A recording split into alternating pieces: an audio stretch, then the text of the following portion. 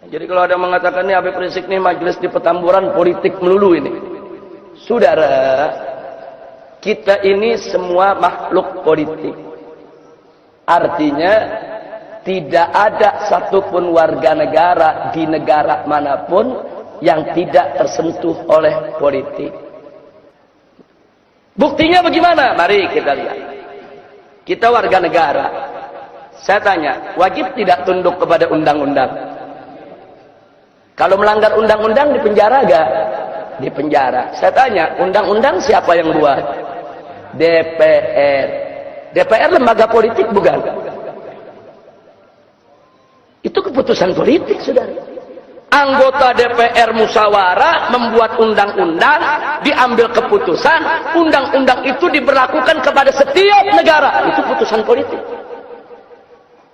Jadi siapa bilang kita ini bisa terlepas dari politik? Nggak bisa, saudara. Makanya salah kaprah, saudara. Kalau ada mengatakan, saudara ngaji-ngaji, kita nggak usah bicara politik. Kalau kita nggak bicara politik, nanti para bajingan yang main politik, saudara. Kalau umat Islam tidak berpolitik, nanti yang berpolitik itu koruptor, bajingan, orang kafir, saudara, orang-orang yang akan ngerjai kita semua. Umat Islam jangan bicara politik. Akhirnya umat Islam pada bodoh soal politik, saudara. Kiai nggak ada mendekat ke politik, habaib nggak ada mendekat ke politik. Akhirnya yang masuk ke jurang politik hanya para bajingan, para penjahat, saudara. Mereka yang tidak menjalankan ajaran agama, akhirnya mereka yang buat undang-undang, mereka yang buat keputusan, mereka yang buat aturan, kita yang mesti melaksanakan. Jangan, kalau kita nggak mau berpolitik praktis, silakan.